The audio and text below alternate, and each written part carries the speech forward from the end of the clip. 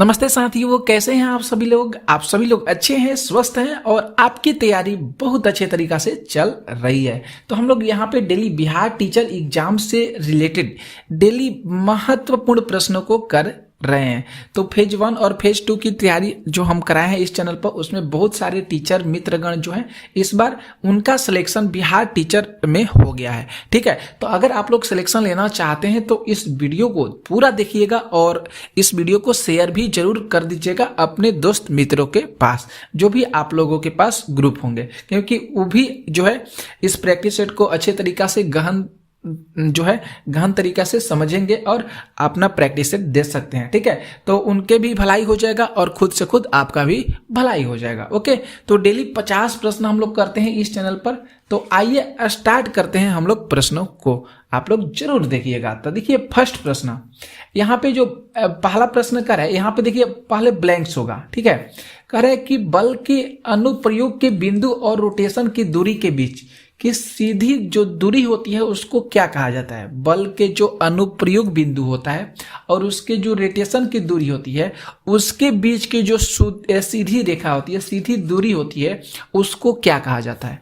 तो उसे यहाँ पे जो हम लोग आंसर को जो टिक करेंगे, फर्स्ट ऑप्शन को हम लोग सही करेंगे, आघूर्ण भुजा। आघूर्ण भुजा और आघूर्ण बराबर होता क्या है, ये भी प्रश्न आता है, सूत्र इसका पूछा जाता है कि आघूर्ण बराबर फॉर्मूला क्या होता है। तो आघूर्ण बराबर बल गुणा दूरी, इसे ध्यान में रखिएगा। बल गुणा दूरी जो है इसका फॉर्मूला होता है, सूत्र होता है m बराबर जो होता है FD होता है। m बराबर क्या हो जाएगा, तो m बराबर FD हो जाएगा। ठीक है, तो ध्यान में रखिएगा। प्रश्न हम लोग बढ़ेंगे आगे दूसरे नंबर प्रश्न पे। दूसरा नंबर जो प्रश्न है कि एक अंग्रेजी दार्शनिक और चिकित्सक जॉन लॉक के अनुसार कौन सा एक प्राकृतिक अधिकार नहीं है। एक अंग्रेजी दार्शनिक हो गए और एक जो हो गए चिकित्सक जिनका नाम है जॉन लॉक, इन जो दोनों व्यक्ति हैं, इनके अनुसार इस ऑप्शन में से कौन सा जो है प्राकृतिक अधिकार नहीं है। तो चौथा ऑप्शन को हम लोग सही करेंगे। यहाँ पे मत देने का अधिकार, मत देने का जो अधिकार है ये प्राकृतिक अधिकार नहीं है। लेकिन यहाँ पे जो स्वतंत्रता, समानता और संपत्ति के अधिकार की बात करेंगे, ये जो है जीवन के प्राकृतिक अधिकार पर विश्वास करते हैं, इसीलिए ये जो हो जाएंगे ये प्राकृतिक अधिकार हो जाएंगे। लेकिन जो मत देने का अधिकार है दोस्तों, ये जो है प्राकृतिक अधिकार नहीं होगा। समझ में आ गया। ठीक है, तो जब आ रहा होगा प्रश्न समझ में, और प्रश्न के लेवल को भी आप लोग देख सकते हैं कि बीपीएससी किस तरह के प्रश्नों को पूछ सकता है। तो आप लोग लाइक कीजिएगा, शेयर भी जरूर कर दीजिएगा। ठीक है, प्रश्न हम लोग बढ़ेंगे तीसरे नंबर पे कि लोकसभा में कितनी सीटें अनुसूचित जाति और अनुसूचित जनजाति के लिए प्रतिनिधियों के लिए आरक्षित करके रखा गया है। तो यहाँ पे हम लोग चौथे ऑप्शन को टिक करेंगे, 131 रखा गया है।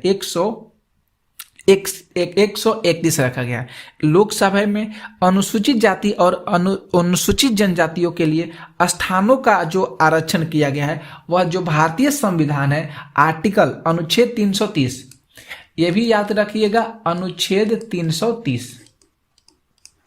330 में इसके जो है अंतर्विष्ट किया गया है, इसको शामिल किया गया है। ठीक है, तो ध्यान में जरूर रखिएगा प्रश्नों को। ये आगे बढ़ते हैं हम लोग चौथे नंबर प्रश्नों को।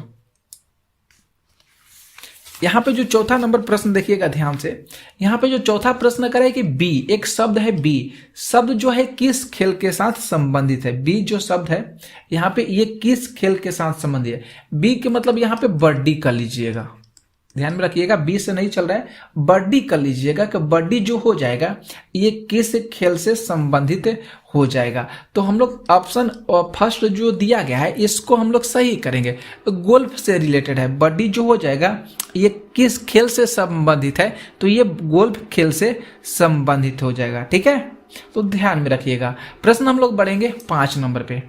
5 नंबर जो प्रश्न है यहाँ पे देखिएगा, all about women. All about women, ये जो एक प्रकार की पुस्तक है और इस पुस्तक के लेखिका जो है इसमें से कौन हो जाएगी। तो ऑल अबाउट वीमन के जो लेखक हो जाएंगे, लेखिका, उनका नाम तस्लीमा नसरीन, ये याद कीजिएगा, इनका नाम ऑल अबाउट वीमन के जो लेखिका हो जाएगी उनका नाम तस्लीमा नसरीन हो जाएगा। क्योंकि हर एग्जाम में दोस्तों आप लोग ध्यान रखिएगा कि पुस्तक और उनके जो लेखक होते हैं उनसे रिलेटेड प्रश्न एक जरूर आ रहा है, हर एग्जाम में प्रश्न जो है आ रहा है, तो इसे ध्यान में रखिएगा। और जो तस्लीमा नसरीन है, ये जो ऑल अबाउट वीमन पुस्तक है, इसको 2002 में, कब तक, इसको 2002 में इसको प्रकाशित करिए, किसको, तो ऑल अबाउट वीमेन नामक पुस्तक को, ठीक है। तो ध्यान में रखिएगा, इसमें जो ऑल अबाउट वीमेन पुस्तक है इसमें ये बताया गया है तस्लीमा नसरीन के द्वारा कि जो महिलाएं होती है, जो महिलाओं की समस्या होती है, जैसे कह सकते हैं दहेज प्रथा से समस्या हो गया, ठीक है, उसके बाद बलात्कार से रिलेटेड हो गया, बलात्कार से रिलेटेड हो गया, उसके बाद जो सामाजिक जो समस्याएं होती है, जो पारिवारिक समस्याएं होती है, उसी का संग्रह लेकर इस जो पुस्तक है इस पुस्तक में बताया गया है, ठीक है। तो ध्यान में रखिएगा। प्रश्न बढ़ेंगे हम लोग 6 नंबर पे, ध्यान दीजिएगा प्रश्नों को। जो 6 नंबर प्रश्न है कि 2 समुद्रों को जोड़ने वाले जल के एक संकीर्ण खंड को क्या कहा जाता है। जो 2 समुद्र होते हैं उनको, जो मान लीजिए एक इधर से समुद्र का पानी आ रहा है, एक इधर से आ रहा है, तो जो 2 समुद्रों के बीच जो यहाँ पे जोड़ने वाला जो जल संकीर्ण बन जाता है उसको क्या कहा जाता है, ये प्रश्न में पूछा गया है। बहुत सुंदर सा प्रश्न आपके सामने है, तो स्ट्रेट जरूर याद कीजिएगा। ऑप्शन 2 जो हो जाएगा ये सही हो जाएगा, क्योंकि स्ट्रेट जो है एक प्रकार का प्राकृतिक रूप से घटित एक संकीर्ण खंड जाना जाता है। क्या, एक संकीर्ण खंड जाना जाता है, जो पानी में, जो कह सकते हैं पानी या 2 समुद्रों के जो बड़े निकाय होते हैं उनको जोड़ने का काम करता है। कौन सा, स्ट्रेट। ओके, आगे बढ़ेंगे हम लोग प्रश्न 7 पे। 7 नंबर जो प्रश्न है कि पौधे प्रकाश संश्लेषण में कौन सी गैस छोड़ते हैं। तो पौधे जो है प्रकाश संश्लेषण से ऑक्सीजन गैस को छोड़ते हैं। कौन सी गैस को छोड़ते हैं, तो ऑक्सीजन गैस को छोड़ते हैं, ठीक है। क्योंकि हरे पौधे जो है सूर्य के प्रकाश को ग्रहण करके वायुमंडल में कार्बन डाइऑक्साइड, इसके बाद याद कीजिएगा कार्बन डाइऑक्साइड तथा भूमि से जल को अवशोषित करके वे कार्बोहाइड्रेट का निर्माण करते हैं, ठीक है। और ये जो प्रक्रिया होती है जितनी सारी, ये ऑक्सीजन के माध्यम से होती है, तो इसे ध्यान में रखिएगा। प्रश्न हम लोग बढ़ेंगे 8 नंबर। यहाँ पे जो 8 नंबर प्रश्न है कि हंस दमयंती के चित्र को किसने बनाया। बहुत सुंदर सा प्रश्न आपके सामने है। हंस दमयंती के जो चित्र है इसको बनाने वाले कलाकार का क्या नाम हो जाएगा। तो चौथा ऑप्शन को हम लोग सही करेंगे, राजा रवि वर्मा।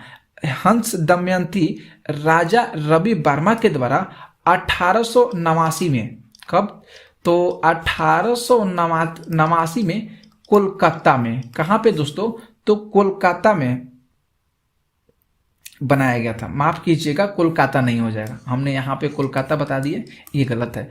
1889 में बनाया गया था, एक चित्रकला को बनाया गया था, और ये जो है राजकुमारी दमयंती को चित्रित किए थे। किस पर, तो राजकुमारी दमयंती को चित्रित किए थे, ठीक है। तो ध्यान में रखिएगा। प्रश्न हम लोग बढ़ेंगे 9 पे।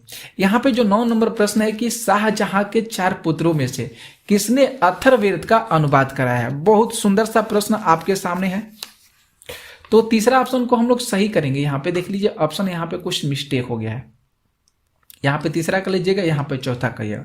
दारा सिकोह, इनका नाम जरूर याद कीजिएगा। शाहजहां के जो पुत्र हो थे, 4 पुत्र थे उनके, तो शाहजहां के पुत्र दारा सिकोह ने संस्कृत सीखे और हिंदू शास्त्रियों का उन्होंने क्या किया, अध्ययन किया। तो इसे ध्यान में रखिएगा, दारा सिकोह। प्रश्न बढ़ेंगे हम लोग 10 नंबर पे। 10 नंबर प्रश्न है कि निम्नलिखित में से किस युद्ध के बाद भारत में मुगल साम्राज्य की स्थापना हुआ था। तो तीसरा ऑप्शन को हम लोग सही करेंगे, पानीपत का प्रथम विश्व युद्ध। जब पानीपत का जो प्रथम विश्व युद्ध हुआ था वह 1526 ईस्वी में हुआ था। कब हुआ था, तो पानीपत का जो प्रथम विश्व युद्ध हुआ था वह 1526 ईस्वी में हुआ था। दिल्ली सल्तनत के जो अंतिम शासक थे, अब पूछा जाता है दोस्तों कि ये जो युद्ध हुआ था पानीपत का प्रथम विश्व युद्ध, ये किन दो शासकों के बीच हुआ था? तो ये दिल्ली के सल्तनत अंतिम जो शासक थे इब्राहिम लोदी, लोदी हम लिख देते हैं, आप लोग ध्यान रखिएगा, लोदी और बाबर के बीच हुआ था। किसके किसके बीच हुआ था? तो पानीपत का जो प्रथम विश्व युद्ध 1526 में हुआ था। जो दिल्ली के जो अंतिम शासक माने जाते हैं इब्राहिम लोदी और बाबर के बीच हुआ था, क्योंकि बाबर के जीत के रूप में ये जो है पारंपरिक रूप से मानी जाती है। यहाँ पे बाबर का क्या हुआ था? जीत हुआ था। तो ध्यान में रखिएगा प्रश्नों को। 11 बढ़ेंगे। प्रश्न करें कि भारत में मुगल साम्राज्य का अंतिम शासक कौन था? तो बहादुर शाह द्वितीय, बहादुर शाह जफर उनका नाम है। बहादुर शाह जफर, यहाँ पे देख लीजिए ऑप्शन जो दूसरा दिया गया है ये बिल्कुल सही होगा। बहादुर शाह जफर कह सकते हैं या बहादुर शाह द्वितीय कह सकते हैं। इसे ध्यान में रखेंगे क्योंकि ये मुगल सम्राट थे, भारत के जो थे मुगल सम्राट थे और राजवंश के अंतिम शासक के रूप में भी बहादुर शाह द्वितीय को जाना जाता था। ठीक है, आगे देखिएगा प्रश्न 12 नंबर। 12 नंबर प्रश्न है कि अक्षांश रेखा जो सिक्किम से होकर गुजरती है वह निम्न में से कहां से गुजरेगी? बहुत सुंदर सा प्रश्न आपके सामने है। तो हम लोग ऑप्शन पहला को यहाँ पे सही करेंगे, राजस्थान हो जाएगा। यहाँ पे जो ऑप्शन नंबर जो पहला हो जाएगा, अक्षांश रेखा जो सिक्किम से होकर गुजरती है, तो यहाँ पे राजस्थान सही हो जाएगा। ठीक है, तो हम लोग यहाँ पे इस ऑप्शन को सही करेंगे क्योंकि सिक्किम के गंगटोक से होकर गुजरने वाली जो 27 डिग्री अक्षांश रेखा होती है वह राजस्थान के अलवर से होकर गुजरती है। राजस्थान के कहाँ से होकर गुजरती है ये? तो राजस्थान के अलवर से होकर गुजरती है। प्रश्न आगे बढ़ेंगे हम लोग 13 नंबर। 13 नंबर प्रश्न है कि शिव समुद्रम एक द्वीप है, शिव समुद्रम एक द्वीप है जिसका निर्माण किस नदी पर किया गया है? तो शिव समुद्र एक द्वीप है, इसका निर्माण जो है कावेरी नदी के तट पर किया गया। कहाँ पे? कावेरी नदी के तट पर किया गया है। और ये जो द्वीप है ये भारत के किस राज्य में है? तो भारत के कर्नाटक, याद कीजिएगा ये कहाँ पे हो जाएगा? तो कर्नाटक के हो जाएगा। जो कर्नाटक का एक जिला है मंड्या, कर्नाटक का एक जिला है मंड्या जिला, यहीं पर जो है शिव समुद्रम द्वीप को स्थापित किया गया। किस नदी के किनारे? तो कावेरी नदी के किनारे। ठीक है, आगे बढ़ते हैं प्रश्न 14। 14 प्रश्न है कि किसी परमाणु का इलेक्ट्रॉनिक विन्यास कॉन्फ़िगरेशन नंबर क्या होता है? वह इंग्लिश में दिया है कॉन्फ़िगरेशन नंबर, जिसकी परमाणु संख्या 20 होता है। तो आप लोग को पता होगा कैल्शियम, कैल्शियम की जो परमाणु संख्या होती है वह 20 होती है। ठीक है, और इसका इलेक्ट्रॉनिक विन्यास की हम लोग बात करेंगे तो 2882 हो जाएगा। 2882 सबको जोड़िएगा ना तो यहाँ पे कितना आ जाएगा? तो 20 आ जाएगा। तो इसलिए ध्यान में रखिएगा जिसकी परमाणु संख्या 20 होती है उस तत्व का नाम कैल्शियम हो जाएगा। और इलेक्ट्रॉनिक विन्यास पूछा जाता है तो 2882 होता है। आगे बढ़ेंगे प्रश्न हम लोग 15 नंबर पे। 1 बाइट जो होता है किसके बराबर होता है? 1 बाइट जो है 8 बीट के बराबर होता है। देखेंगे तो ऑप्शन तीसरा यहाँ पे सही करेंगे, 8 बीट के बराबर होता है। और 1 किलो बाइट होता है, ये भी पूछा जाता है। जो 1 किलो बाइट होता है दोस्तों ये कितना के बराबर होता है? जो 1 किलो बाइट होता है ये 224 बाइट्स के बराबर होता है। 224 बाइट्स के बराबर होता है। तो इसे ध्यान में रखिएगा। मेगा बाइट भी होता है, इसके आगे गीगा बाइट भी होता है। तो ये सब आगे जो है चलता रहता है। आगे बढ़ेंगे प्रश्न 16 पे। 16 प्रश्न एक निम्नलिखित में से कौन से एक प्रसिद्ध अर्थशास्त्री है? प्रसिद्ध अर्थशास्त्री का नाम बताना है यहाँ पे। तो दूसरा ऑप्शन को सही करेंगे, Alan Greenspan. Alan Greenspan जो थे, स्पेन एक अमेरिकी अर्थशास्त्री माने जाते हैं, एक अमेरिकी अर्थशास्त्री माने जाते हैं क्योंकि ये जो थे अमेरिका के फेडरल रिजर्व के अध्यक्ष रह चुके थे। कब से कब तक? तो 1987 से लेकर 2006 तक रह चुके हैं। याद रखिएगा फेडरल रिजर्व के अध्यक्ष के रूप में ये काम कर चुके हैं एलन ग्रीन स्पेन 1987 से लेकर 2006 ईस्वी तक। आगे बढ़ेंगे प्रश्न जो 17 है कि गीत गोविंद की रचना किसने की थी? तो गीत गोविंद की रचना जयदेव के द्वारा किया गया था। किसके द्वारा किया गया था? तो जयदेव के द्वारा किया गया था गीत गोविंद की रचना। आगे बढ़ेंगे प्रश्न 18 प्रश्न नीचे दिए गए समूह में से विषम चुनना है और विषम दिए गए में से 3 श्रेणियों जो है एक श्रेणी जो है इसमें से संबंधित नहीं है। तो हम लोग चौथा ऑप्शन को सही करेंगे, मैड्रिव हो जाएगा। ये जो है अलग हो जाएगा, क्योंकि याद रखिएगा पुष्प के जो होते हैं, पुष्प जो पौधा होता है इसके कितने भाग होते हैं, तो इसके 4 भाग होते हैं। इसके कितने भाग होते हैं, पुष्प के 4 भाग होते हैं। पहला होता है बाह्य दल पुंज, यहाँ पे याद रखिएगा पहला जो होता है बाह्य दल पुंज होता है। इसके बाद दूसरा का अगर बात करेंगे, दूसरा दल पुंज होता है। दूसरा क्या होता है, दूसरा दल पुंज होता है। तीसरा जो होता है पुमंग होता है। तीसरा क्या होता है, पुमंग होता है। और चौथा जो होता है जायांग होता है। चौथा क्या होता है, तो जायांग होता है। तो पौधे के जो होते हैं 4 भाग होते हैं, बाह्य दल पुंज होते हैं, पुमंग होता है और जायांग होता है। ठीक है, तो ध्यान में रखिएगा मेडरिप जो हो जाएगा इसमें से किसी भी श्रेणी से संबंधित ये नहीं हो जाएगा। आगे बढ़ेंगे प्रश्न संख्या 19 पे। 19 प्रश्न है कि यहाँ पे कि समीकरण जो है v बराबर u प्लस AT ये जानकारी क्या प्रदान करता है। तो यहाँ पे अगर बात करेंगे u का, तो u जो हो जाएगा ये प्रारंभिक वेग हो जाएगा। u जो हो जाएगा ये क्या होगा, ये प्रारंभिक वेग हो जाएगा। ठीक है, t तो आप लोग को पता है t समय हो जाएगा। और यहाँ पे जो a की बात करेंगे एक्सेलरेशन जिसको बोलते हैं ये त्वरण हो जाएगा। और v की बात करेंगे तो v जो हो जाएगा ये अंतिम वेग हो जाएगा। v क्या हो जाएगा, तो v अंतिम वेग हो जाएगा। तो v बराबर u प्लस AT जो यहाँ पे जानकारी दिया गया है ये किसको बताता है, तो ये वेग और समय के संबंध को व्यक्त करता है। वेग और समय के संबंध को व्यक्त करता है v बराबर u प्लस AT। तो यहाँ पे ऑप्शन जो पहला दिया गया है सही हो रहा है। आगे बढ़िए 20 नंबर प्रश्न पे। 20 जो प्रश्न है कि पानी में डाली गई छड़ी निम्न में से किस कारण से ऊपर उठी हुई दिखाई देती है। तो प्रकाश के अपवर्तन के कारण, याद रखिएगा प्रकाश के अपवर्तन के कारण थोड़ी सी जो आंशिक रूप से कह सकते हैं जो पानी में डाली हुई छड़ी होती है आंशिक रूप से ऊपर उठी हुई दिखाई पड़ती है। ये जो घटना होता है ये प्रकाश के अपवर्तन के कारण घटना होता है। ओके, आगे बढ़ेंगे प्रश्न 21 पे। 21 नंबर जो प्रश्न है कि थार एक्सप्रेस जाती है। थार एक्सप्रेस जाती है, तो थार एक्सप्रेस जो है बता देते हैं आप लोग को, ये जो है एक अंतर्राष्ट्रीय यात्री रेलगाड़ी है जो पाकिस्तान से होकर कराची तक भारत में जोधपुर शहर के आसपास ये जुड़ती है। तो हम लोग तीसरा ऑप्शन यहाँ पे सही करेंगे, पाकिस्तान दिया गया है।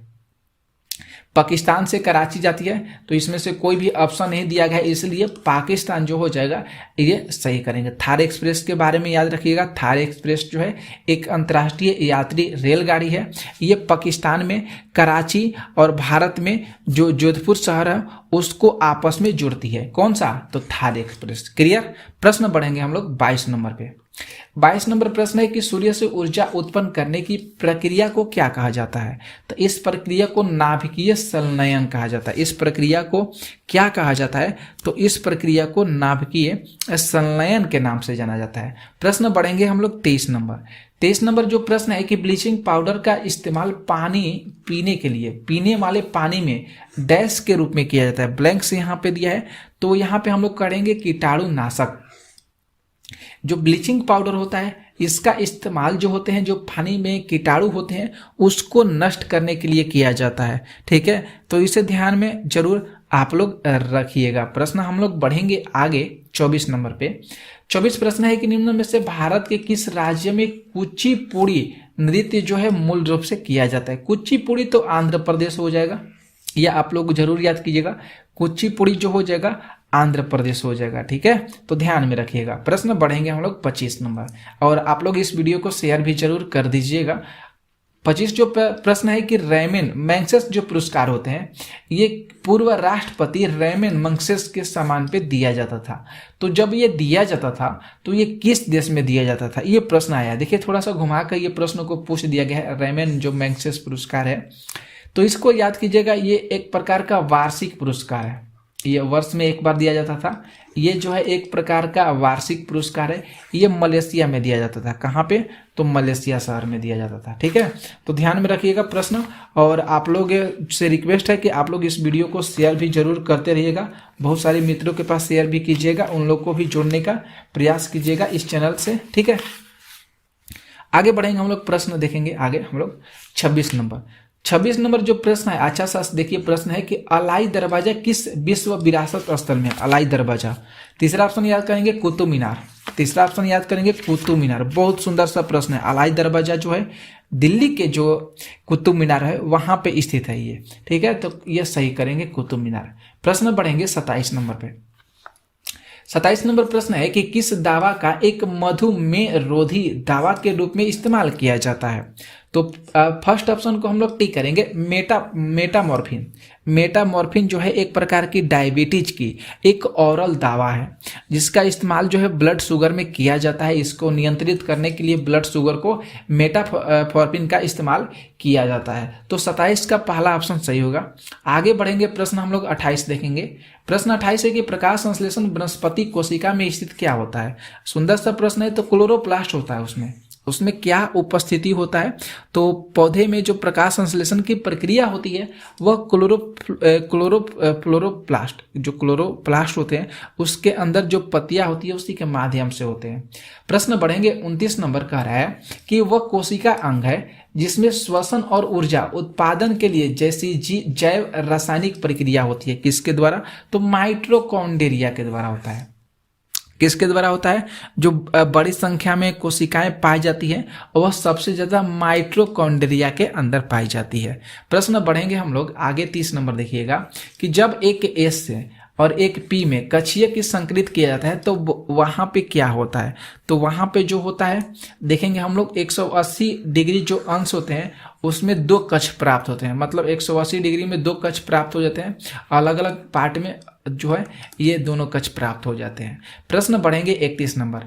31 नंबर ध्यान दीजिएगा, प्रश्न करें कि एक औपचारिक भाषा जिसकी जानकारी या व्यक्त करने के लिए इस्तेमाल किया जाता है, ठीक है, औपचारिक भाषा को, जिसे अक्सर कंप्यूटर प्रणाली के डिजाइन में इस्तेमाल किया जाता है। अक्सर कंप्यूटर प्रणाली के डिजाइन में इस्तेमाल किया जाता है। तो मॉडलिंग लैंग्वेज को, जो मॉडलिंग लैंग्वेज होते हैं ये जो है एक प्रकार की कृत्रिम भाषा है जिसका इस्तेमाल कंप्यूटर प्रणाली के डिजाइन में इस्तेमाल करने के लिए किया जाता है, ठीक है। तो आगे देखिएगा, प्रश्न हम लोग बढ़ेंगे अगला 32। देखिए सुंदर सा प्रश्न आपके सामने 32 नंबर है।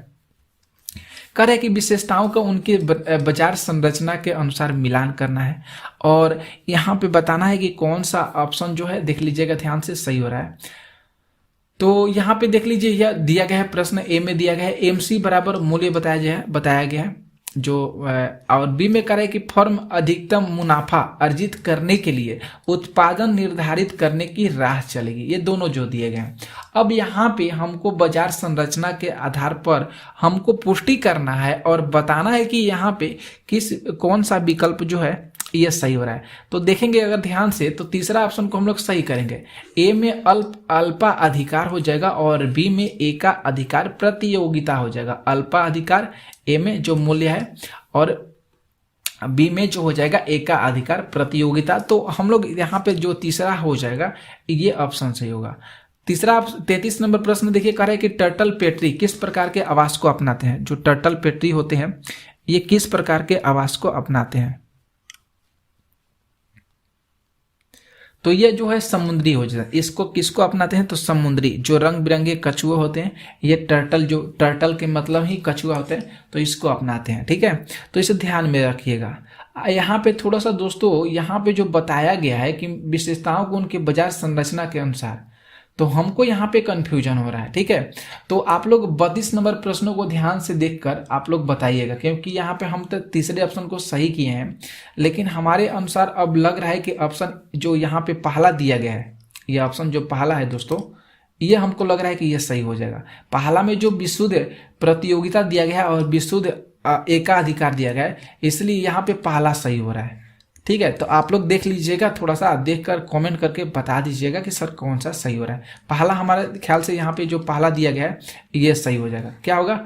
ये पहला सही हो जाएगा। ओके, आगे चलते हैं। प्रश्न हम लोग देखेंगे 33 हो गया। 34 नंबर देखेंगे। 34 प्रश्न है कि बांदीपुर राष्ट्रीय उद्यान किस राज्य में है? तो बांदीपुर जो राष्ट्रीय उद्यान है ये कर्नाटक में हो जाएगा। कहाँ पे? कर्नाटक हो जाएगा। देखिए बढ़ेंगे आगे प्रश्न 35 पर कि भारत का सबसे पहला समाचार पत्र कौन सा है? तो भारत का जो पहला समाचार पत्र हो जाएगा बंगाल बजट हो जाएगा, बंगाल गजट हो जाएगा। आगे देखेंगे प्रश्न हम लोग 36 प्रश्न है कि भारत के किस राज्य का सबसे लंबा समुद्री किनारा है? किस राज्य का? तो गुजरात का हो जाएगा। ऑप्शन चौथा हम लोग सही करेंगे, कितना है? तो 1214.7 किलोमीटर, याद रखिएगा इसको। 1214.7 किलोमीटर लंबी तट रेखा है। सबसे ज्यादा किसका? गुजरात का है।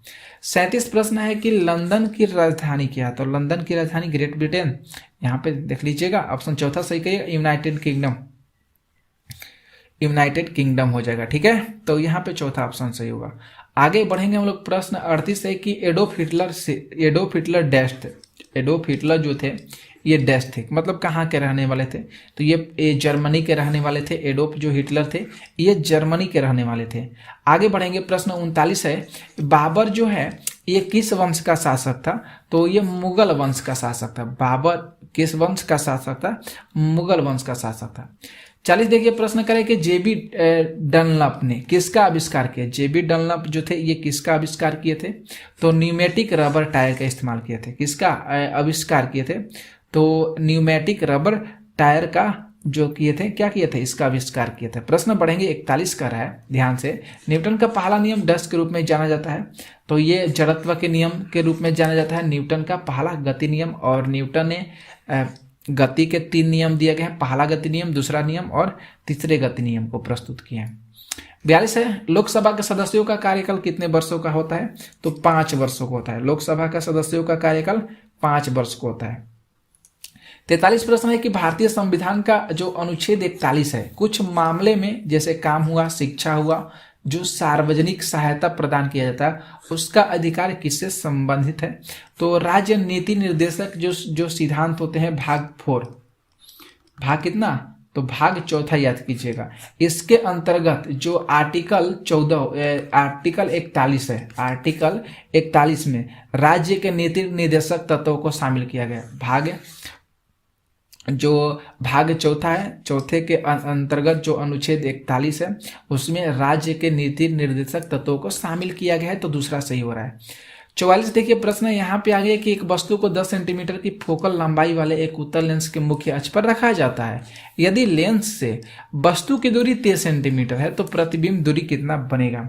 तो आप लोग एक फार्मूला फोकस दूरी बराबर आप लोग पढ़े हैं दोस्तों कि 1/में F बराबर 1/में V बराबर 1/में U होता है। क्या होता है?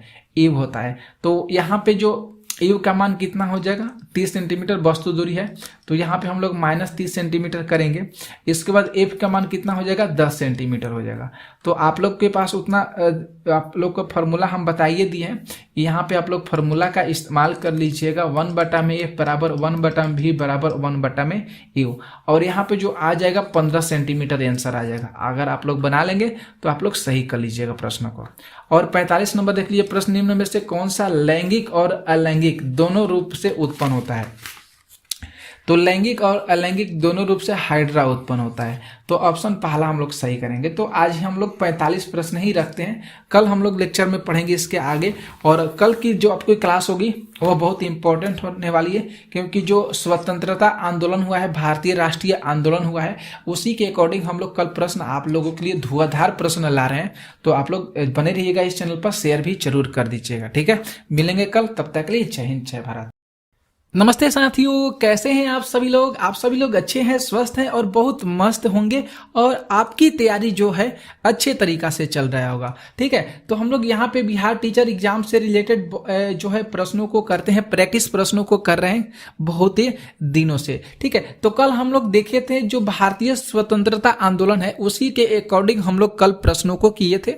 अभी तक आप लोग उस वीडियो को नहीं देखे हैं तो उस वीडियो को जल्दी से जल्दी देख लीजिएगा, क्योंकि जो बीपीएससी के द्वारा फेज 1 और फेज 2 का जो एग्जाम लिया गया है उसमें इस टॉपिक से रिलेटेड जो भारतीय स्वतंत्रता आंदोलन है इस टॉपिक से रिलेटेड 5 या 6 प्रश्न जरूर पूछे गए हैं। तो ये टॉपिक को छोड़ना नहीं है। फिर हम आप लोग को उस टॉपिक से रिलेटेड शाम में एक वीडियो बनाएंगे, उसमें भी 50 प्रश्न होंगे। आप लोग उस वीडियो को भी जरूर देखिएगा, और अभी जो क्लास ले रहे हैं, अभी जो प्रश्न लिए हैं इसको भी जरूर देखिएगा, ये क्योंकि प्रीवियस ईयर के प्रश्न है। ठीक है, तो आइए हम लोग स्टार्ट करते हैं प्रश्न संख्या पहला पे। यहाँ पे जो पहला प्रश्न है कि पूंजी बाजार किसके लिए होता है, पूंजी बाजार ये किसके लिए होता है। तो यहाँ पे देखेंगे विकल्प पहला को सही करेंगे, अल्पकालिक कोष, अल्पकालिक कोष के लिए जो होता है ये पूंजी बाजार होता है। पूंजी बाजार की कहिए या आप इसको मुद्रा बाजार कीजिए, पूंजी बाजार कहिए या इसको आप मुद्रा बाजार की कहिए, दोनों एक ही चीज होता है। या कह सकते हैं कि मुद्रा बाजार वह बाजार होता है जहां पे अधिक तरलता से या अल्पकालीन जो परिपक्वता के साथ जो वित्तीय विलेख होते हैं उनका व्यापार किया जाता है, उसी को हम पूंजी बाजार या मुद्रा बाजार कहते हैं। ठीक है, इतना समझ में आ गया। इसके अकॉर्डिंग यहाँ पे कुछ सामान्य व्यक्ति है पूंजी बाजार या मुद्रा बाजार के अकॉर्डिंग, जैसे कह सकते हैं जो कमर्शियल पेपर होते हैं, इसके बाद इंटरनेट से रिलेटेड कुछ भी सामान होती है, ये सब जो होते हैं पूंजी बाजार या मुद्रा बाजार के अकॉर्डिंग आते हैं। समझ में आ गया। प्रश्न बढ़ेंगे हम लोग दूसरे नंबर पे। यहाँ पे ध्यान से देखिएगा, जो दूसरा प्रश्न है कि भारत निम्नलिखित में से किस देश के साथ सबसे लंबी अंतर्राष्ट्रीय सीमा को साझा करता है। तो विकल्प हम लोग करेंगे, पहला को एकदम टिक करेंगे, इसको सही करेंगे, बांग्लादेश हो जाएगा। भारत और बांग्लादेश की जो अंतर्राष्ट्रीय लंबी सीमा रेखा है वह कितना है, 4096 किलोमीटर है। कितना हो जाएगा, तो 4096 किलोमीटर जो अंतर्राष्ट्रीय सीमा रेखा है भारत और बांग्लादेश का, ये दोनों जो देश हैं साझा करते हैं। ओके, आगे बढ़ेंगे। प्रश्न हम लोग तीसरे नंबर पर। अभी आप लोगों को केवल जो है प्रैक्टिस करने की जरूरत है। जितना प्रैक्टिस आप लोग प्रश्नों को कीजिएगा उसके अकॉर्डिंग आप लोग की तैयारी जो होगी बहुत अच्छे तरीका से होगी। ठीक है, तो अभी आप लोग को जितना हो सके प्रैक्टिस बहुत जरूरी है। तीसरे नंबर प्रश्न देखेंगे कि भारतीय संविधान के अधीन विधान की अवशिष्ट शक्तियां किसमें निहित होती है, एक समाहित होती है। एक जो यहाँ पे शब्द दिया गया है निहित और एक होती है समाहित। तो ये बोला गया है कि जो भारतीय संविधान के अधीन विधान की जो अवशिष्ट शक्तियां जो होती है, पूरी जो शक्तियां होती है विधान की, वह किसके पास निहित होती है, किसके पास होती है। तो तीसरा ऑप्शन को हम लोग टिक करेंगे, इसको हम लोग बंद कर देंगे, संसद हो जाएगा। किसके पास, तो संसद के पास। आर्टिकल, आप लोग उस आर्टिकल का नाम याद रखिएगा, आर्टिकल 248। आर्टिकल 248 के भाग 2 के अनुसार संसद के उन विषयों के संबंध में कानून बनाने की अवशिष्ट शक्तियां प्राप्त जो है संसद के पास होता है। तो तीसरा ऑप्शन को हम लोग सही करेंगे, इसको बंद कर देंगे। ठीक है, आगे बढ़ेंगे प्रश्न 4 पे। यहां पे ध्यान से देखिएगा, चौथा नंबर जो प्रश्न है कि अखिल भारतीय सेवाओं के लिए नियुक्तियां कौन करता है। जो अखिल भारतीय सेवाएं हैं, जो अखिल भारतीय जो है इसके द्वारा जो सेवा प्रदान की जाती है, यह नियुक्तियां जो होती है ये किसके द्वारा नियुक्तियां की जाती है। बहुत सुंदर सा प्रश्न है ये। तो यहाँ पे दूसरा ऑप्शन को हम लोग बंद कर देंगे, राष्ट्रपति होना चाहिए। यहाँ पे कौन सा होना चाहिए, राष्ट्रपति के द्वारा जो है ये नियुक्तियां की जाती है। ठीक है, प्रश्न बढ़ेंगे हम लोग 5 नंबर पे। यहां पे देखिए 5 नंबर जो प्रश्न है, सिंधु घाटी की सभ्यता, सिंधु घाटी की सभ्यता के लोग जो है किसकी पूजा करते थे, किसकी पूजा करते थे, ये प्रश्न में पूछा गया है।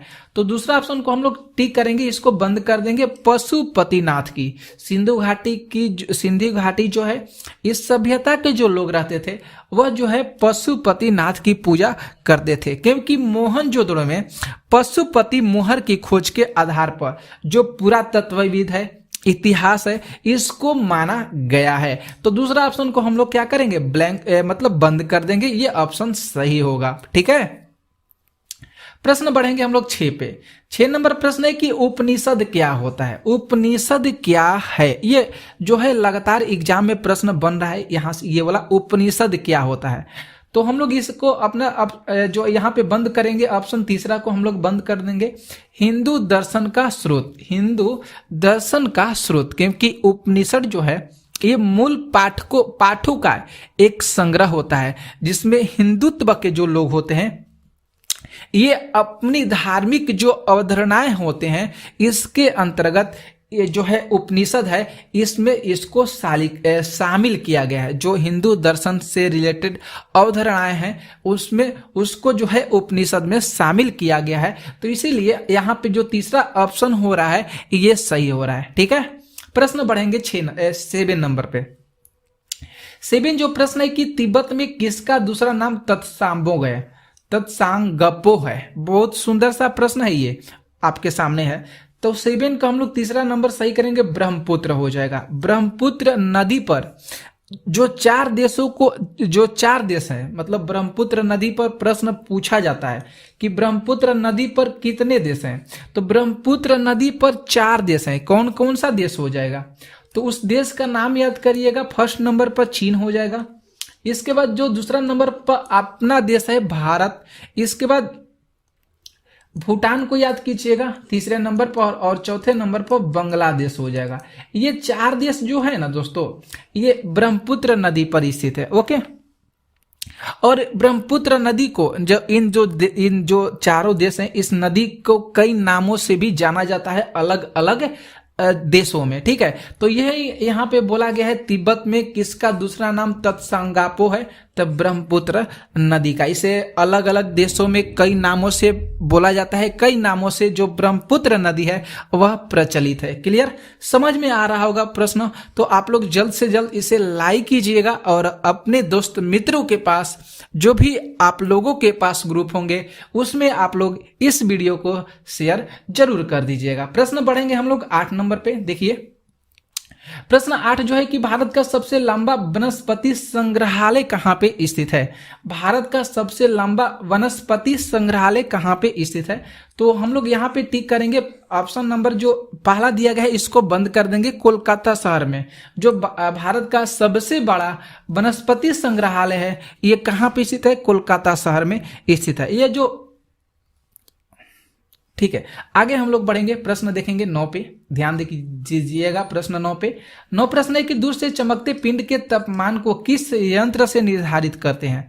तो एक जो यंत्र होता है जिसको उत्तर मापी यंत्र कहा जाता है। इसमें तो नहीं दिया गया है, लेकिन अगर आप लोग उत्तर मापी यंत्र को नहीं समझेंगे तो उत्तर मापी यंत्र नहीं आप लोग को याद रहेगा, तो ये प्रश्न का उत्तर आप लोग गलती कर दीजिएगा। तो तीसरा ऑप्शन को हम लोग यहाँ पे बंद करेंगे। पायरोमीटर। पायरोमीटर को ही उत्तर मापी यंत्र के नाम से जाना जाता है। पायरोमीटर को ही उत्तर मापी यंत्र के नाम से जाना जाता है, क्योंकि ये जो यंत्र होता है दूर संवेदी थर्मामीटर का एक प्रकार होता है, जिसका प्रयोग जो है सतह के तापमान को मापने के लिए किया जाता है। ठीक है, तो यहाँ पे तीसरा ऑप्शन को हम लोग क्या कर रहे हैं? बंद कर रहे हैं। प्रश्न बढ़ेंगे 10 नंबर पे।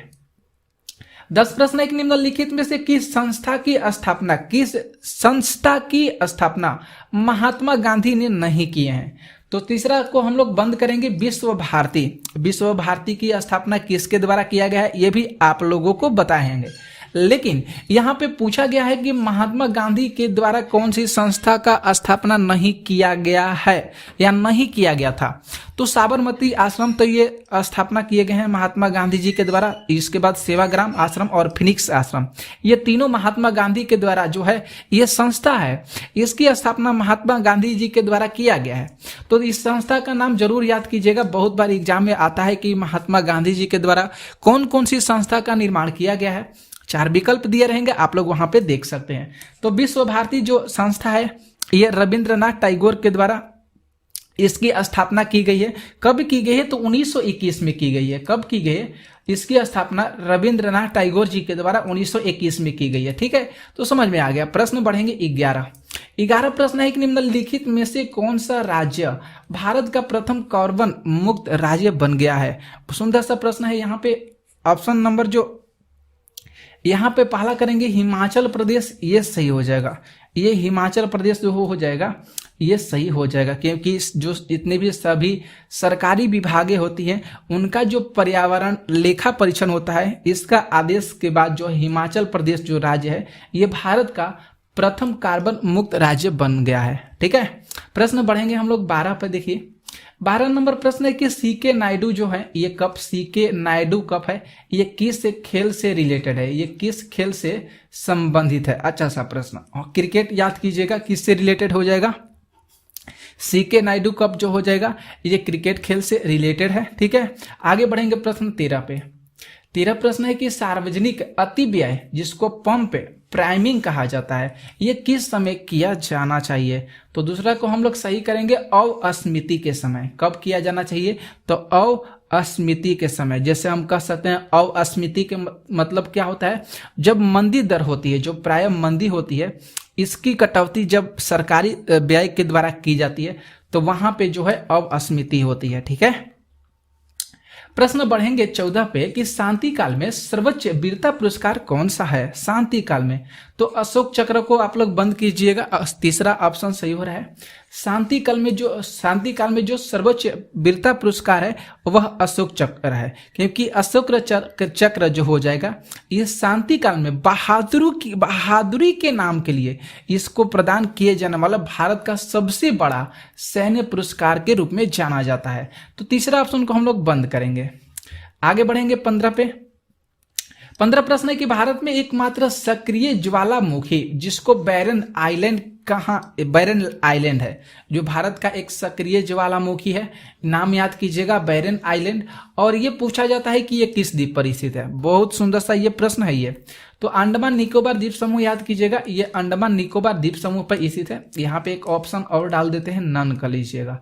अंडमान निकोबार द्वीप समूह पर स्थित है। बैरन द्वीप जो है अंडमान सागर पर स्थित एक प्रकार का द्वीप है, जो दक्षिण एशिया का एक कह सकते हैं जो प्रमाणित सक्रिय ज्वालामुखी के रूप में जाना जाता है इसको।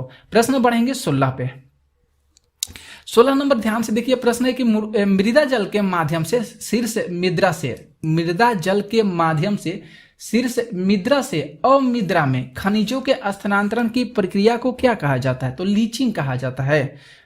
लीचिंग, देखिए लीचिंग कहा जाता है यहाँ पे। तीसरा ऑप्शन को हम लोग यहाँ पे क्या करेंगे? सही करेंगे। यहाँ पे देखिए लीचिंग तो आप लोग नहीं दिया गया है, प्रक्षालन दिया गया है, जिसको प्रक्षालन कहिए या निक्षालन कहिए, ये भी आप लोग को ऑप्शन में दे सकता है, या एक कह सकते हैं यहाँ पे लीचिंग कह सकते हैं, लीचिंग। तो घबराइएगा मत आप लोग, देख लीजिएगा इस तरह जो प्रश्न बनते हैं ना, हार्ड प्रश्न नहीं होते हैं, लेकिन उसका जो शाब्दिक अर्थ होता है वह केवल चेंज कर दिया जाता है, जिससे बहुत सारे स्टूडेंट जो विद्यार्थी होते हैं इसमें घबराया जाता है कि इसका उत्तर हम कौन सा सही कर सकते हैं। तो आप लोग जो हिंदी भाषा में आप लोग पढ़े होंगे, अनेक शब्दों के लिए एक शब्द होता है, श्रुति सम भिन्नार्थक शब्द पढ़े होंगे, तो एक शब्द के लिए बहुत सारे अर्थ निकल कर आते हैं। तो वही सब जो प्रक्षालन हो जाएगा ये निक्षालन या लीचिंग हो जाएगा। तो इसीलिए यहाँ पे तीसरा ऑप्शन को हम लोग क्या करेंगे? इसको हम लोग बंद कर देंगे। प्रश्न बढ़ेंगे 17 पे। 17 प्रश्न है यहाँ पे कि निम्नलिखित में से किस प्रक्रिया में अणुओं की वास्तविक गति के माध्यम से उच्च तापमान से निम्नतर तापमान का ऊष्मा संचरण होता है? तो संवहन प्रक्रिया के द्वारा होता है। किस प्रक्रिया के द्वारा? संवहन प्रक्रिया के द्वारा होता है। दूसरा को हम लोग क्या करेंगे? बंद कर देंगे। प्रश्न बढ़ेंगे 18 पे। 18 प्रश्न है कि पोलियो किस कारण होता है? पोलियो किस कारण होता है?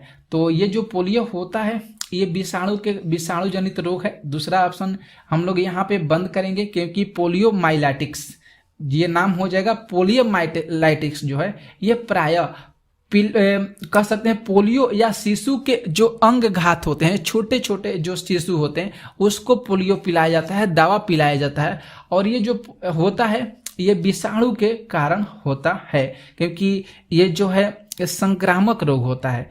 ये मूल पदार्थों के मुंह में प्रवेश के द्वारा एक व्यक्ति से दूसरे व्यक्ति में होने वाला ये रोग माना जाता है। तो याद करिएगा, मानव के जो मल होते हैं उसके संपर्क में आने से जो जल हो गए, खाने वाला जो पदार्थ होते हैं उसके संपर्क में लार के द्वारा होता है। प्रश्न बढ़ेंगे 19 नंबर कह रहा है नियत विदेशी मुद्रा के दर को कौन बदल सकता है? बहुत सुंदर सा प्रश्न है। तो वित्त मंत्रालय बदल सकता है। कौन सा? तो वित्त मंत्रालय, तीसरा सही करेंगे। 20 प्रश्न है कि भारत के संविधान की व्याख्या करने का अंतिम प्राधिकार किस संस्था को होता है? तो दूसरा ऑप्शन को हम लोग सही करेंगे। भारत का जो उच्च न्यायालय होता है इसके पास जो होता है इसका अधिकार होता है पूरा संस्था का। ठीक है, तो यहाँ पे सही करेंगे दूसरा को। 21 नंबर देखिएगा प्रश्न। 21 नंबर प्रश्न है कि नीति आयोग में NITI नीति से क्या तात्पर्य है? सुंदर सा प्रश्न है। तो नीति का जो फुल फॉर्म हो जाएगा national institution for transforming India, इसको हम लोग बंद कर देंगे। ये पहला ऑप्शन सही हो जाएगा, इसे ध्यान में रखिएगा। इसकी स्थापना 1 जनवरी 2015 को किया गया था। 1 जनवरी 2015 को केंद्रीय मंत्रिमंडल के प्रस्ताव के द्वारा जो है इसकी स्थापना किया गया था। तो फर्स्ट ऑप्शन यहाँ पे बंद हो रहा है। 22 ऑप्शन को हम लोग करेंगे, गतिज ऊर्जा किसके बराबर होता है, तो 1/2 mv² होता है। हम लोग यहाँ पे जो सही करेंगे, यहाँ पे तो कोई ऑप्शन नहीं दिया गया है, लेकिन यहाँ पे हम लोग फर्स्ट ऑप्शन को सही कर सकते हैं, 1/2 mv² हो जाएगा। m यहाँ पे द्रव्यमान को सूचित करता है, v जो हो जाएगा ये वेग को सूचित करता है। आगे प्रश्न बढ़ेंगे 23 नंबर। 23 नंबर प्रश्न है कि बैंक में जमा की गई रकम जिससे पूर्व निर्धारित समय अवधि से पूर्व आहरित नहीं किया जा सकता है उसको डैश कहा जाता है, उसे क्या कहा जाता है, तो उसे सावधि जमा कहा जाता है। उसे क्या कहा जाता है, तो उसे सावधि जमा के रूप में जाना जाता है। ठीक है, जैसे बैंक में जमा वह धन जो पूर्व निर्धारित समय के अकॉर्डिंग नहीं निकाला जा सकता है उसी को सावधि जमा कहा जाता है, उसके रूप में जाना जाता है। 24 प्रश्न, उपाय युक्तियां आरबीआई के द्वारा प्रावधान किए गए अग्रिमों का भार होता है, ये किसके पास होता है। अग्रिमों का जो भार होता है ये जो होता है राज्य सरकार के लिए होता है। किसके लिए होता है, तो ये राज्य सरकार के लिए होता है। 25 देखेंगे प्रश्न। 25 प्रश्न है, निम्न संघीय सरकार के करों में से कौन सा सर्वोच्च वार्षिक आमाद होता है, तो जो कॉर्पोरेशन कर होता है जिसको आयकर कहते हैं ये होता है भारत, ये सही होगा। ऑप्शन तीसरा को हम लोग क्या करेंगे, इसको बंद करेंगे। 26 प्रश्न देखेंगे, निम्नलिखित में से किसका संबंध पंचायती राज्य से है, याद कीजिएगा आप लोग। तो जो बलवंत राय समिति है इसका जो संबंध है, रिलेशन है, ये पंचायती राज्य समिति और जिला स्तर पर जो जिला परिषद है इसकी सिफारिश से इसकी समिति की स्थापना किया गया है। तो पंचायती राज्य से संबंधित बलवंत राय समिति हो जाएगा। इस योजना का उद्घाटन 1959 में हुआ। ठीक है, तो ध्यान में रखिएगा। प्रश्न बढ़ेंगे 27 पे। 27 प्रश्न, निम्न में से क्या व्यक्ति स्वातंत्र का संरक्षण कर सकता है, स्वतंत्रता का संरक्षण कर सकता है, तो देखेंगे तो तीसरा ऑप्शन सही करें, हबियस कॉर्पस, जिसको बंदी प्रत्यक्षीकरण जो होता है। बंदी प्रत्यक्षीकरण का अर्थ होता है कि निरुद्ध व्यक्ति को सशरीर प्रस्तुत करना, जिसको हबियस कॉर्पस कहा जाता है। ठीक है, आगे बढ़ेंगे। प्रश्न हम लोग देखेंगे 28। देखिए अच्छा सा प्रश्न आपके सामने है और इस वीडियो को शेयर कर दीजिएगा आप लोग जरूर। शून्यकाल क्या होता है, शून्यकाल क्या होता है, तो दूसरा को हम लोग टिक करेंगे, यहाँ पे बंद करेंगे। जब सर्वाधिक महत्व के विषयों को उठाया जाता है तो वहां पे शून्यकाल लागू होता है। भारतीय संविधान के जो अनुच्छेद 110 है इसके अनुसार यदि यह प्रश्न उठता है कि कोई भी विधेयक धन विधेयक हो या नहीं हो, तो उस समय लोकसभा के 2 अध्यक्ष होते हैं, उसके द्वारा जो निर्णय लिया जाता है वही होता है शून्यकाल। ठीक है, तो यहाँ पे हम लोग सही करेंगे, ऑप्शन नंबर दूसरा को बंद कर देंगे। 29 प्रश्न है, देखेंगे, माफ कीजिएगा दोस्तों, 28 था ना, ठीक है। 28 नंबर दूसरा तो हमने क्वेश्चन सही किया, लेकिन आप लोग हम बता दिए जो शून्यकाल होता है यह दोपहर 12 बजे आरंभ होता है। माफ कीजिएगा, हम तो कुछ आगे ही पढ़ आप लोग को बता दिए। जो शून्यकाल होता है ये 12 बजे आरंभ होता है। ठीक है, और जिनमें सदस्य ये महत्वपूर्ण मुद्दों को उठाते हैं, जैसे अभी जो हो रहा था, जो नीतीश कुमार जी हैं उनका जो हो रहा था उस समय, तो उस समय देख सकते थे आप लोग। तो 29 नंबर जो इसका भी 29 नंबर प्रश्न का जो उत्तर होगा दूसरा ही सही होगा। लोकसभा अध्यक्ष होगा कि कोई विधेयक धन विधेयक है या नहीं है, इसका निर्णय निम्न में से कौन करता है, तो आप लोग को बता दिए लोकसभा के जो अध्यक्ष होते हैं वे करते हैं। 30 नंबर यहाँ पे प्रश्न है कि मानसबदारी प्रथा किसके द्वारा लागू किया गया है, तो ये अकबर के द्वारा लागू किया गया है मानसबदारी प्रथा को। 31 नंबर प्रश्न है कि सिंधु सभ्यता का प्राचीन बंदरगाह कौन सा है, तो लोथल हो जाएगा। सिंधु सभ्यता का प्राचीन बंदरगाह लोथल होगा। 32 प्रश्न है कि सही कालक्रम अनुसार सही करना है, यहाँ पे देखेंगे ध्यान से, तो आप लोग को हम बता देंगे यहाँ पे क्या क्या सही हो रहा है। तो 32 का हम लोग चौथा का ऑप्शन सही करेंगे। देखिएगा यहाँ पे चौथा ऑप्शन जो है BCD है, यहाँ पे सही हो रहा है। देखिए कैसे सही होगा, आप लोग को जस्ट हम तुरंत बता दे रहे हैं। BCD सही हो रहा है। ठीक है, जो प्रथम गोलमेज सम्मेलन हुआ था वह 1930 में हुआ था, ये 1930 याद कीजिएगा इसका। ठीक है, इसके बाद अगर हम लोग बात करेंगे गांधी इरविन समझौता 1931 में हुआ था। 5 मार्च 1931 में गांधी इरविन समझौता हुआ था, 1931 कर दीजिएगा। साइमन कमीशन की कम्युनल अवार्ड की अगर बात करेंगे तो ये 1932 हो जाएगा, ठीक है भाई, ठीक है। तो इसे ध्यान में आप लोग रखिएगा, बहुत इंपॉर्टेंट चीज आप लोगों को बताएं। तो यहीं पे BCDA जो हो रहा है, यहाँ पे ये क्या हो रहा है, ये सही हो रहा है, ठीक है। तो 27 इसका 1927 याद कीजिएगा, तो 27 हो जाएगा, 32 हो इसका 32 हो जाएगा और 31 हो जाएगा और 32 हो जाएगा। 33 नंबर अगर ध्यान से देखिएगा प्रश्न कि भारत ने पुर्तगाली से गोवा मुक्त कराया था, किस वर्ष गोवा को मुक्त कराए थे। तो यहाँ पे अगर ऑप्शन को हम लोग टिक करेंगे, तीसरा ऑप्शन को सही होगा, 1961 में किया गया था। कब? 1961 में गोवा को मुक्त कराया गया था पुर्तगालियों के द्वारा। 34 देखेंगे, एक खगोलीय इकाई निम्न के बीच औसत दूरी कितनी होती है खगोलीय इकाई की? तो पृथ्वी तथा सूर्य की। ऑप्शन पहला यहाँ पे जो होगा सही होगा। 35 देखेंगे प्रश्न, निम्नलिखित में से कौन सा ग्रह सूर्य की एक परिक्रमा करने में अधिकतम समय लेता है? तो वह हो जाएगा बृहस्पति। बृहस्पति ग्रह जो हो जाएगा यह सूर्य की परिक्रमा करने में अधिक समय लेता है। 36 प्रश्न है कि यदि हम धूमन सोडा की थोड़ी सी मात्रा लेते हैं और उसमें लगभग 1 मिलीमीटर तनु हाइड्रोक्लोरिक अम्ल मिलाते हैं तो क्या वहां पे देखने को मिलेगा? सुंदर सा प्रश्न आपके सामने स्क्रीन पर है। तो यहाँ पे देखने को ऑप्शन सी सही होगा। कार्बन जो ऑक्साइड है ये गैस तेज गति से बुदबुदाहट के साथ निकलेगी, ये कार्बन ऑक्साइड हो जाएगा, ठीक है। तो सही होगा ऑप्शन तीसरा। 37 देखेंगे प्रश्न यहाँ पे, यदि आप तुतीकोरिन, पारादीप, कांडला तथा मंगलोर जाते हैं तो आपको निम्न में से किससे होकर नहीं जाना पड़ेगा? तो चौथा हो जाएगा यहाँ पे सही, केरल से होकर नहीं जाना पड़ेगा। तो तुतीकोरिन तमिलनाडु में हो जाएगा, पारादीप जो हो जाएगा उड़ीसा में हो जाएगा, कंडला कहाँ पे होगा? गुजरात में, और मैंगलोर कर्नाटक में हो जाएगा। तो ये केरल से होकर नहीं जाना पड़ेगा। 38 प्रश्न है कि रिक्त स्थानों में उपयुक्त विकल्पों को भरना है कि गुरुत्वाकर्षण के जो सार्वभौमिक नियतांक होते हैं कितना होते हैं? तो 6.674 गुणे 10 के पावर -11, 10 के पावर -11 यहाँ पे देख सकते हैं, ये सही हो रहा है ऑप्शन तीसरा।